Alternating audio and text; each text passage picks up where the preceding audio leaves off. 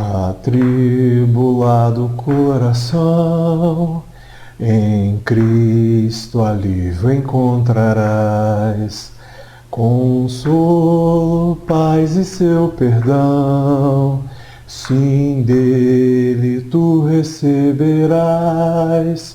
Ó, vem, sem demora, o Salvador, porque vacilar e ter temor, ó, vem, vem já, descanso te dará.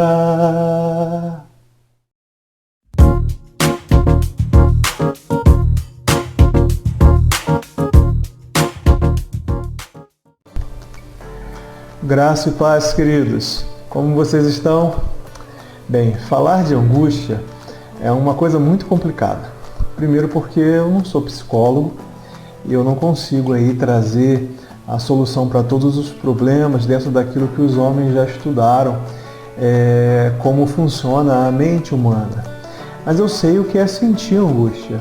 Eu sei o que é ter um aperto muito forte no coração, sentir que o ânimo não vem, sentir uma preocupação avassaladora sobre as coisas que estão ao nosso redor. Eu acho que o momento que nós vivemos é um momento, de fato, de muita angústia. Tem muita gente angustiada por aí. Tem muito crente angustiado por aí.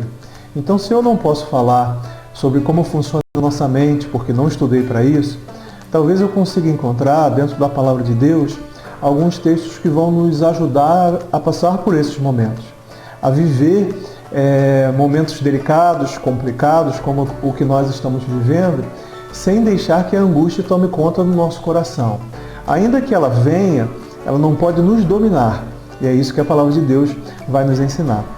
Esse vídeo vai ser um pouquinho diferente, ele vai ser um pouquinho maior, mas eu quero compartilhar com vocês 3 textos da Bíblia que falam sobre angústia. O primeiro está em Salmos 55, o verso 16 e 17. A palavra de Deus diz assim: Eu, porém, invocarei a Deus e o Senhor me livrará. Pela manhã, ao meio-dia e à noite, clamo angustiado, e Ele ouve a minha voz. Eu gosto muito desse texto. O autor desse texto, o salmista, ele está dizendo que mesmo nas circunstâncias mais adversas, ele sabe que o Senhor ouvirá a sua oração. Ele sabe tanto que o Senhor ouvirá a sua oração, que ele não se cansa de falar com Deus, de orar a Deus, de clamar a Deus. Ele está dizendo, olha, de manhã eu vou clamar, ao meio-dia eu vou clamar, à noite eu vou clamar, ainda que meu coração esteja angustiado. Eu sei que Deus escuta o meu clamor. Isso deve ser uma coisa que deve ficar no nosso coração. A certeza de que Deus está nos escutando, de que Ele é o nosso melhor amigo. Quando você não tem ninguém para conversar, você tem o Senhor. E isso deve acalmar o nosso coração. Às vezes a gente se concentra muito em reclamar, em ponderar as circunstâncias, mas a gente não gasta ou não investe o nosso tempo em clamar, em orar ao Senhor. E isso é uma falha muito grave que a gente comete com muita frequência, né? Um outro texto que eu quero compartilhar com vocês nessa devocional é o do Salmo 34, a partir do verso 18. A palavra do Senhor diz assim: O Senhor está perto dos que têm o coração quebrantado e resgata os de espírito oprimido. O justo enfrenta muitas dificuldades, mas o Senhor livra de todas elas. Pois o Senhor protege os ossos do justo, nenhum sequer será quebrado. A calamidade certamente destruirá os perversos, e os que odeiam o justo serão castigados. O Senhor, porém, resgata os que o servem. Ninguém que nele se refugia será condenado. Esse é um texto muito bom, mas a gente precisa explicar algumas coisas nele, para a gente não fazer uma interpretação errada daquilo que a Bíblia está falando. Primeiro, o verso 18 vai dizer que o Senhor está perto daqueles que têm o coração quebrantado. Que texto maravilhoso perceber que o Senhor, que momento maravilhoso para perceber que o Senhor, ele despreza aquele que tem o coração altivo, aquele que se acha sempre cheio da razão, aquele que se acha muitas vezes igual ou maior a Deus. Mas ele está sempre atento àqueles que estão com o coração quebrantado. Sempre atento aqueles que de alguma maneira se prostram, se quebrantam, se derramam na presença do Senhor. Ainda que esse se derramar seja motivado por um espírito oprimido, por um coração angustiado. Se você está com o coração angustiado, é uma excelente oportunidade de você se derramar na presença do Senhor. Chore, mas não chore nas redes sociais, não chore a qualquer um, chore aos pés do Senhor. A palavra diz que o coração quebrantado Ele não despreza, e você precisa crer nisso. Aí, a partir do verso 19, ele vai usar uma expressão que é uma expressão messiânica. O texto não está falando para todos nós, ele tá vislumbrando a figura de Jesus, a figura de Cristo. Até porque esse é um dos textos mencionados na crucificação de Jesus para justificar que o justo, porque nós não somos justos, eu não sou, você também não é, mas existe um justo, e esse justo é Jesus Cristo, que ele não teria nem os ossos quebrados. E isso é de fato percebido lá na crucificação de Jesus. A partir do verso 21, ele está agora falando novamente para nós, para eles, para o servo do Senhor, para o salmista, e ele está dizendo, olha, a calamidade certamente destruirá os perversos. Os perversos não conseguem resistir à calamidade, porque eles têm em si o seu próprio Deus, eles têm em si a sua própria confiança. Mas assim como é certo que a calamidade vai destruir os perversos, os que odeiam o justo serão castigados, essa condenação ela é certa, essa destruição ela é certa, assim como é certa a destruição dos perversos, o verso 22 vai dizer que o Senhor, porém, resgata aqueles que o servem. Eu não estou querendo dizer, nem a palavra de Deus, com esse texto, e a gente já estudou isso em outras oportunidades, que o justo ele não sofre derrota nenhuma. Eu não estou querendo dizer com isso que a gente não vai ficar doente, que a gente não vai ter problemas em nossa vida. Não é isso que esse texto está dizendo. Esse texto está dizendo que o Senhor resgata aqueles que são servos. Quantos resgatados estão aí? Eu sou um deles. Sou pecador e vivia na condenação do meu pecado. Vivia debaixo da sentença do meu pecado.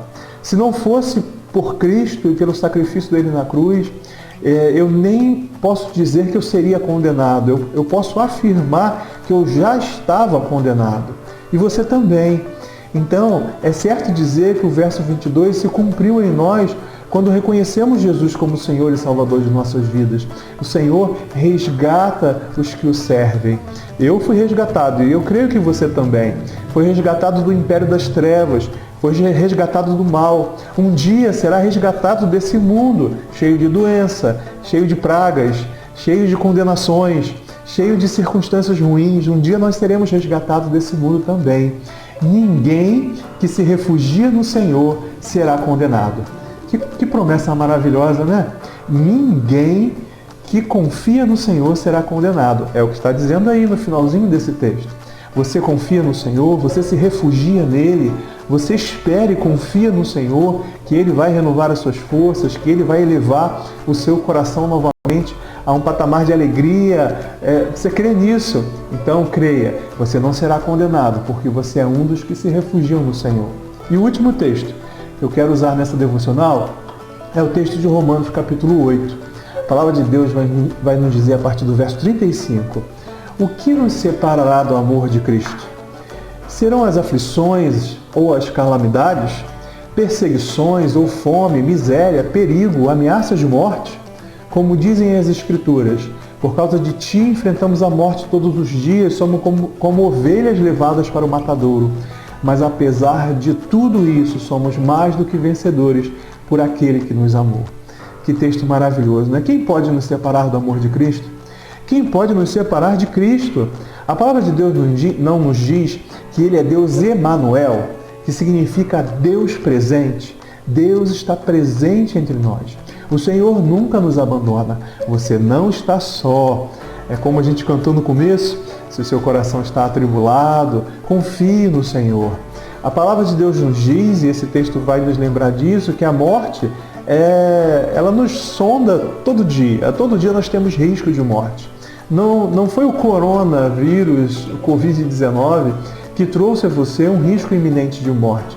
Você sempre teve esse risco de morte. Somos seres mortais. Morrer está a um passo de cada um de nós. Se não for por corona, pode ser num acidente, pode ser escorregando e batendo com a cabeça. A morte sempre esteve presente, sempre esteve nos rondando. Mas aqueles que confiam em Cristo têm a vida eterna. Aqueles que confiam em Cristo não temem a morte como o fim de todas as coisas, como um apagar das luzes, onde não vislumbram mais nada adiante. Nós cremos em Cristo, cremos em uma vida eterna com Cristo. Então, como diz Paulo, para nós a morte é lucro. Por isso que nós somos mais do que vencedores. Ainda que venhamos a contrair o vírus, ainda que venhamos a morrer por conta dele, o texto não vai mudar. Nós somos vencedores por Cristo Jesus. A vitória que Cristo conquistou na cruz por cada um de nós ainda é válida, será válida eternamente, e todos aqueles que creem em Cristo podem trocar a angústia do coração pela certeza da salvação. Que Deus abençoe a sua vida.